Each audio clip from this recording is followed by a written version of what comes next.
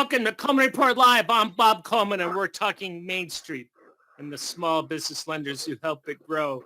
July 23rd edition. Katie Watucky, our editor. John Riosti, reporter extraordinaire, American banker. John, how are you doing? And John, I want to personally thank you. I mean, you've become a regular on us every Thursday. Thank you very much for taking the time and for talking to our audience. It's my pleasure, Bo. It's good to be here. Thank you. Well, we got a lot of news. Let's go to the poll questions.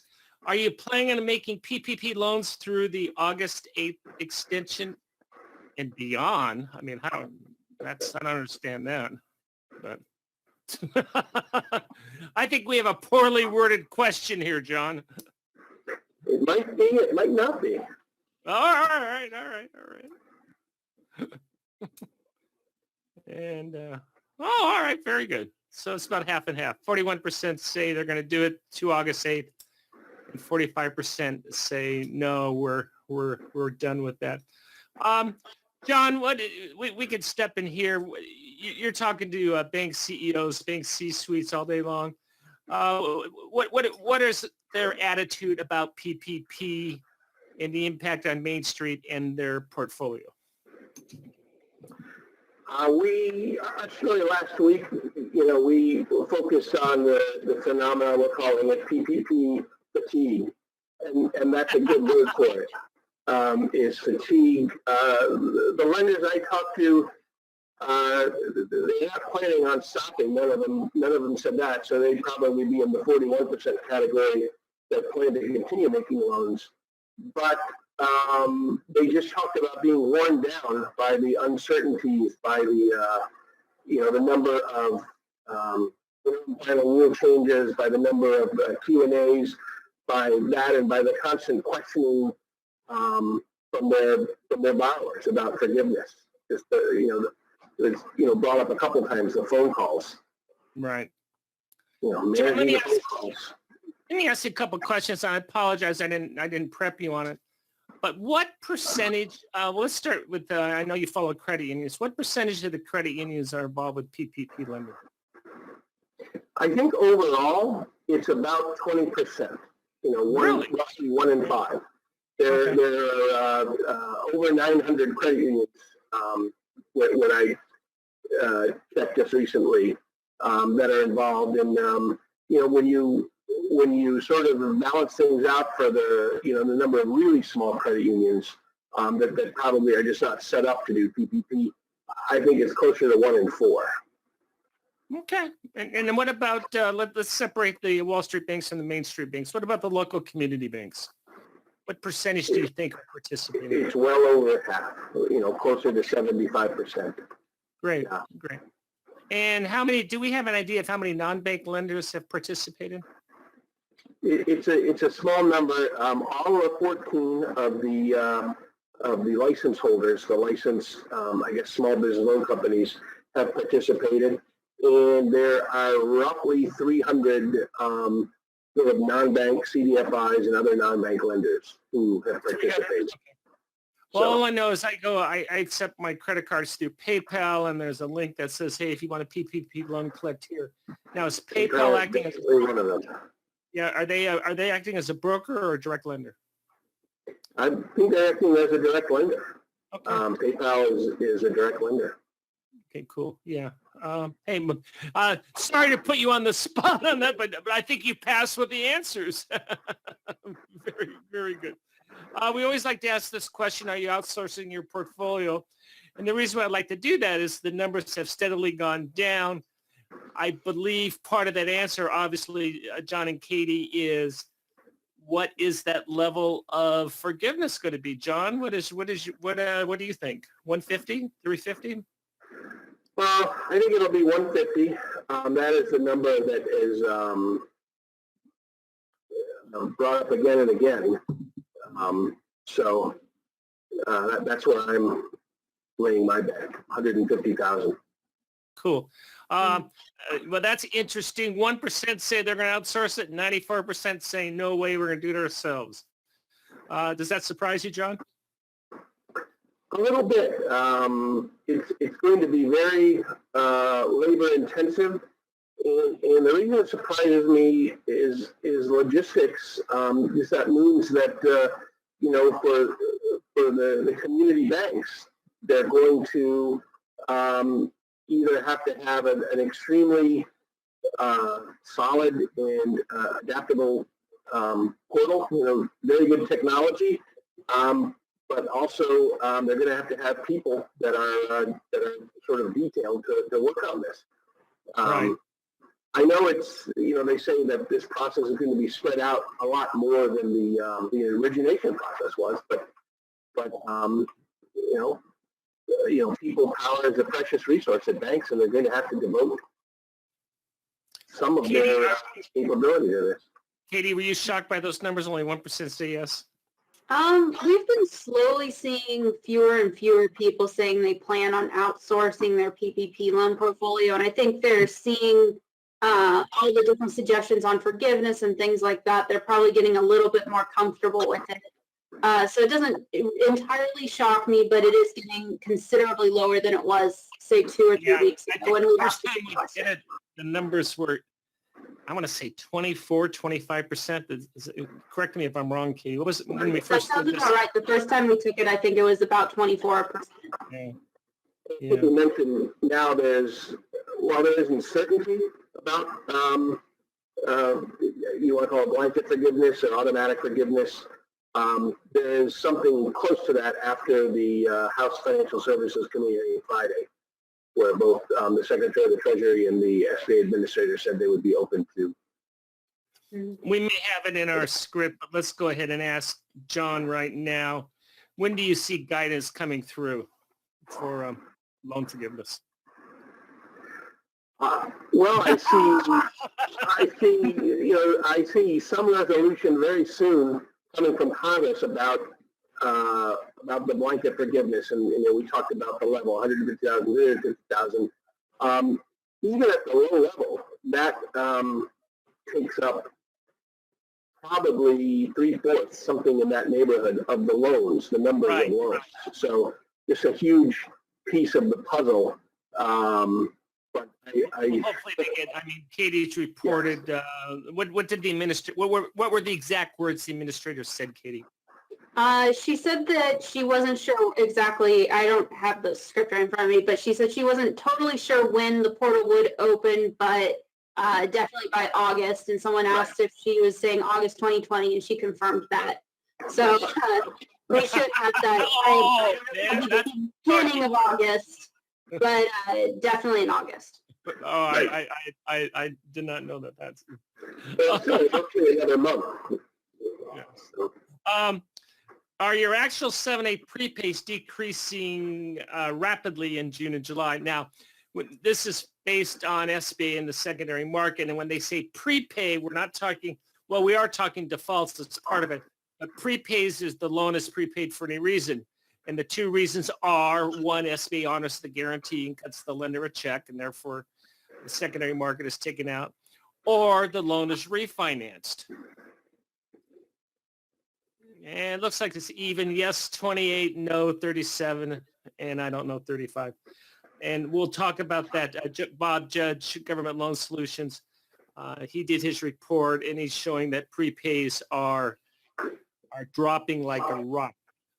Who wants to talk about this? Congress wants to extend PPP. My question I always have, John, and I'll start with you, is we have a situation where this has been bipartisan, and every now and then there's an outlier article that comes out that says conservative Republicans don't want to support this, or liberal Democrats say it's not going enough. Do you see any that bipartisan coalition breaking apart, or do you see us going as we have in the past? No, I think this will go as it has in the past, and all those voices might just be, attempts to negotiate, one thing or another. It's interesting that Senator Rubio wants the worker cap to be 300 as opposed to 100 in the legislation, and the P4 legislation. But I don't imagine that will end up being a big sticking point. Yeah. And I would encourage all of you, all the lenders in Florida, one pager, don't have to do a thing. Just say, hey, tell him what you like about it, what you don't like, but let him, specifically his staff, know, hey, I've done, in our footprint, I've done X amount of PPP loans. We've saved X amount of jobs. The Congress has gotten smart about CAN letters. You send them a CAN letter, they will file it appropriately. But if you do a personalized letter, say, hey, we've been able to help X amount of businesses, X amount of dollars, to save X amount of jobs in Ocala or Panama City, his staff's going to pay attention to that. Yeah. You know, one interesting thing, Bob, about the proposals that are swirling about PPP and that were discussed Friday, really two interesting things. One, the Secretary of the Treasury mentioned that they would use the term top up the funding. So we've always been talking this roughly $130 billion figure that could go up. It doesn't seem like it'll go up usually, but go up maybe to 150, maybe to $200 billion. He didn't specify what top up means. But the second thing was, we talked about a revenue test for businesses that apply for a second PPP loan. Right. So that was, they would have to show that that their revenues have been significantly impacted and continue to be significantly impacted by the crisis. The CDA had an interesting take on that. Consumer bankers, they talked about how that could really be a hardship to these small companies that everyone wants to focus on because they don't have accountants, they don't have finance departments, and putting that type of information together, getting the backup data, et cetera, that could be a bit of a hardship for them. Yeah, so, I mean they're scrambling. They have to be Renaissance people. They need to work on their sales. They need to deal with employee issues, vendor issues, health. Local regulations. I mean, it's tough being a small business owner these days. Hey, John, do you think this is going to happen? Yes. This proposal? I think it'll happen. I think even though it doesn't seem like a lot is going on with Congress now. They're in the recess or coming out of the recess. I think there's been a lot happening behind the scenes, but I think they will work something out. Good. Okay, so so you're saying that down the road it's still going to be probably bipartisan support, and there's strong bipartisan support. You can't get any better than that. Right, there's bipartisan support for most of it. It seems like the thing that could emerge as a flying ointment that might delay, but probably ultimately not sidetrack things, is the proposal by the administration for a payroll tax cut. Right. And who wants that and who doesn't want it? Well, there's going to be a partisan split on that probably has more to do with the election than something else. But I think, a lot of people want this. I don't know if it will really happen because I don't know if there's, the willingness to sort of sacrifice everything else for this one proposal. Yeah, but, and that's come up consistently in the past 6 months, that, hey, this is going to hold it up, this is going to hold up. And finally, at the end of the day, it's such a small, they may not like it from a philosophical beliefs, philosophical political belief system, but they're not going to hold up the stimulus for that. That would be a real hard thing, really hard thing to accept. Katie, what's going on with here? Senator Rubio's holding hearings.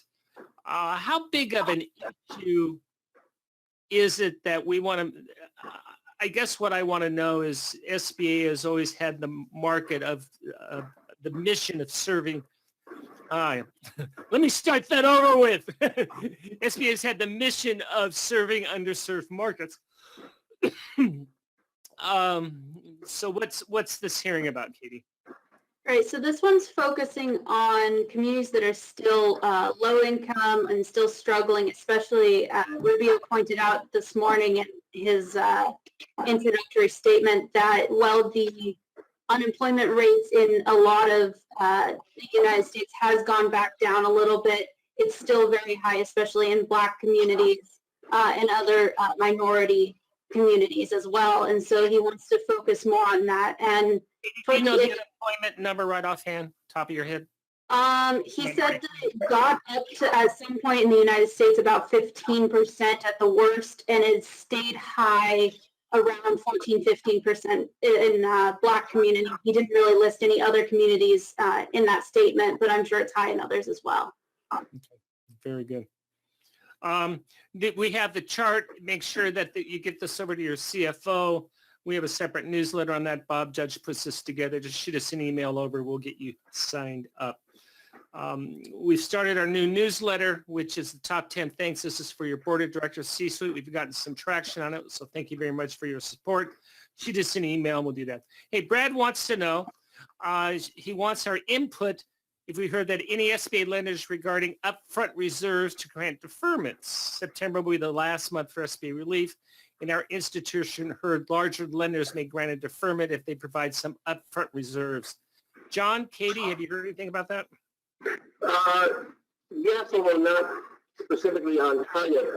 And I'm working on a story about this now. A bank in California focusing just on managing its portfolio of loans to hotels and hospitality companies has implemented a program exactly like that. They're asking for 3 and 6 month payments, and then they will match that with perhaps not as high as 6 months, but definitely up to 3 months payment on their loan service, and then they'll match that with deferments. And what they're doing is they're using a combination of both, to bridge the gap to 2021, when hopefully the economy will have turned back. When do you anticipate releasing that story, John? I anticipate either tomorrow or Monday. Oh, really? Okay, so it's very, very good. John, what else are you working on PPP stimulus related? Oh, well, we did just do the story on PPP fatigue, and beyond that, this hotel story that we're doing, we're sort of recharging for next week. So focusing on it's bank earnings season, so it's hard to look past that. I love it. I love it. Just as you said that, I got some questions. Ian says, PPP fatigue, all in exclamation and caps. Who wants to not only continue this program, but also have to underwrite review based upon new parameters, i.e. loss of revenue? So it's, we never said this was going to be easy, Katie. Yeah. I'm going to hold these other 2 questions over for tomorrow. Katie, what do you got working for Fraud Friday? Anything interesting? Well, I just kind of started researching it now.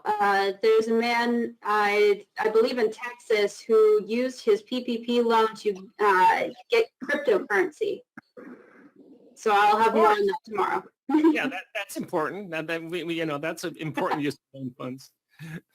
John, we're still talking about, were you on when we talked about the bank president out of Texas who actually set fire to her boardroom? No, I didn't hear that. We should have our top 10. Katie, tell that story real quick and then we'll log off. Oh, so she got caught. I don't really remember the details of it, but she knew she was going to get caught. And so she took all of the files, I guess hard copies of them, piled them up on a table and decided to light it on fire. And of course, this is a tiny town. Everybody sees the fire and they all know something's up. So she got caught shortly after. There's more cows than people, and it was in the board of directors room. So, Katie, do an update on that one. We shouldn't laugh. I mean, fraud is fraud, and we shouldn't laugh at that. But it's on the bizarre stories. That's a bizarre one. Very good. Hey, John, I appreciate it. Thank you for calling in from your undisclosed location. Well, I think we have Katie for about 1 more week, and then she's going to her new location. And, keep plugging away. Hopefully we'll have more information for you shortly as all this comes in. Real quick, John, how long is Congress in session? When do they break for their summer recess? They're coming back, and it won't be very long. That's why they're talking about a sprint with regard to the next stimulus bill, the sprint to the conclusion. So that's why I don't have the dates exactly, but it's I've been Just a matter of a week or two. I've been wrong before. I think this will all be taken care of before they head home. Thank you for joining us today for Coleman Report Live and for supporting America's Main Street, one entrepreneur at a time. Thank you all. Have a good day.